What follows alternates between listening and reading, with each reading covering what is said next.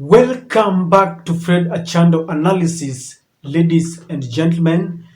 And I want to say I'm very thankful for your support to this channel. Allow me very quickly to make just two requests. And with profound humility, the first request is if you are watching our channel for the first time and you have not yet subscribed, kindly hit the subscribe button and click the notification bell so that whenever we release a video like this, YouTube will automatically notify you. The second one, kindly give our videos many likes so that YouTube can recommend them for more viewers. There is a secret meeting that took place somewhere near Lake Victoria. And this meeting was convened by none other than Raila Amolo Odinga. And in that meeting, something that is not very palatable to the ears formed part of the agenda. And in attendance was the Luo Council of Elders and other Council of Elders from other regions, representatives from the coast, Western, Nairobi, all over. And at the table was a very delicate topic to discuss. A topic that I can only say is hot potato. It is a topic that sometimes is a taboo even to touch on. I have seen in social media some people saying that it is time for Raila Amolo Odinga to retire. And while others believe that the enigma in politics still has some energy and it should continue, others feel that maybe he should now pass over the baton because he has achieved enough and age is catching up with him.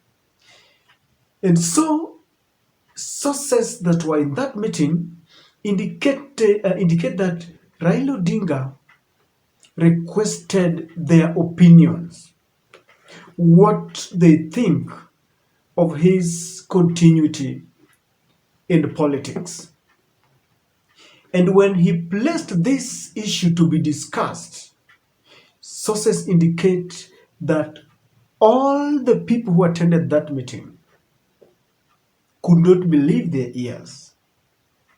And they refused completely any idea of Raila Amolo Odinga quitting politics just yet. And all of the people who attended that meeting told Raila that they are not ready to accept his ouster from active politics. And these are the reasons that they were giving. And ladies and gentlemen, I want you to tell me whether you agree with the sentiments that were shared by the members in this group. Number one, they say that currently in Luoland and spreading to the other Raila Amolo Odinga strongholds, they lack someone who is a unifying factor. Because if you listen to people who want Raila to quit politics, they are playing divisive politics. They do not have any agenda. All they want is to see Raila out of politics. And when you ask them beyond Raila's quitting, what do they want to offer to the people? They seem not to have anything beyond just maybe an idea to send him home. And the people, the attendants in this group said that starting from Luo Nyanza, if Raila quits politics, then you will hear some discussions about South Nyanza and Central Nyanza. For those who don't understand, Nyanza has got 4 counties, that is Homa Bay, Kisumu, Siaya, and Migori. Now, Homa Bay and Migori form part of South Nyanza. Kisumu is somehow central in the middle between It is in the middle between central Nyanza and South Nyanza. So Siaya is always considered as a central Nyanza county. Whenever you hear talks about Raila quitting, people are already lining up themselves. Those who are representing South Nyanza and those who are representing Central Nyanza. And while Raila Amolo Odinga acted as a unifying factor, where he presented himself as someone who has united the Luo nation regardless of where you are coming from. They said they do not see another leader who can fit into that shoes. And they said that even if you go to the coast, Nairobi, Western, they don't see someone who can unify all the Azimio supporters except maybe for Martha Karua and Kalonzo Musyoka. Unity call is not always very easy. Even Mudavadi is trying it in Western Kenya, but it is a tall order. It's never a walk in the park. Currently, Bonia Luale is pulling from one side and Moses Wetangula from one side and Mudavadi from one side. So it's not very easy. Even in the Rift Valley, people like Alfred Keter and Isaac Ruto tried. It's never easy. In Central Province, I have had talks about unity, the Jubilee and UDA members from Central Province. So the unity talks is something that is taking shape. But they have not seen someone from Nyanza region who can do this. I don't know your opinion. Do you think there is someone who can fit into that shoes? Because Raila Amolo Odinga has cultivated his politics for over 40 years. The experience that he has is unmatched. The second thing that came up on that table, they told Raila that they do not see anybody who has got the charisma, anybody who is as bold as Raila Odinga, one who can face the powers that be and tell them that here, this is wrong. A good example is just recently, the government had hatched a plan to bring in the GMO material, GMO foodstuff into the country.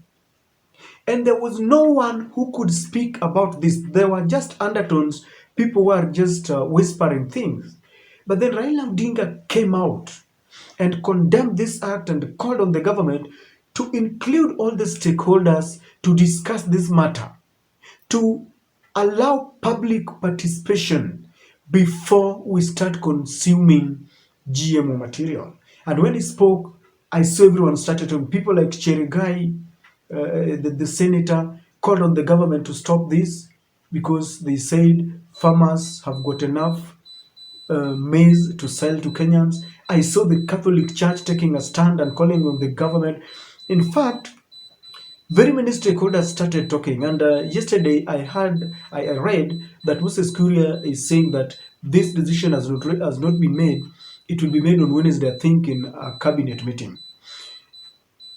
There are talks that Cherera and her team are about to be ousted from office, ostensibly that they disagreed with the Chebukati results.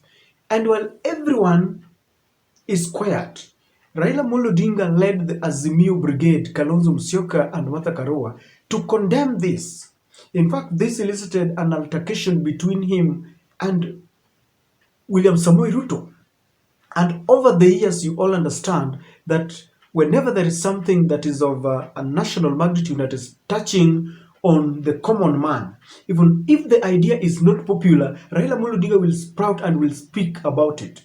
So currently, the supporters of Raila Amolo Odinga, especially those who were in that meeting, felt that they do not have someone who can fit into that shoes. And they told him, not now. You must continue as we prepare. In fact, they told him that they do not want to envisage any idea that he wants to quit politics. And the last thing, ladies and gentlemen, they say that they need someone who cannot be compromised. Because if you look at the crops of leaders that we have today, they will get into politics And when you send them there to go and talk on your behalf, they will be compromised.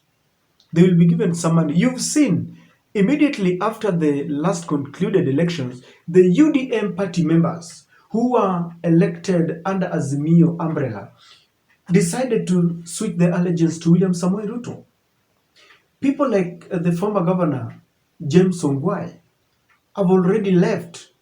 People like Oparanya, even though I understand that he's made a U-turn, wanted to leave. And so we need a leader who cannot be compromised, a leader who does not blow hot and cold. And they told him that he still fits into that position and they have not seen any person who should take over.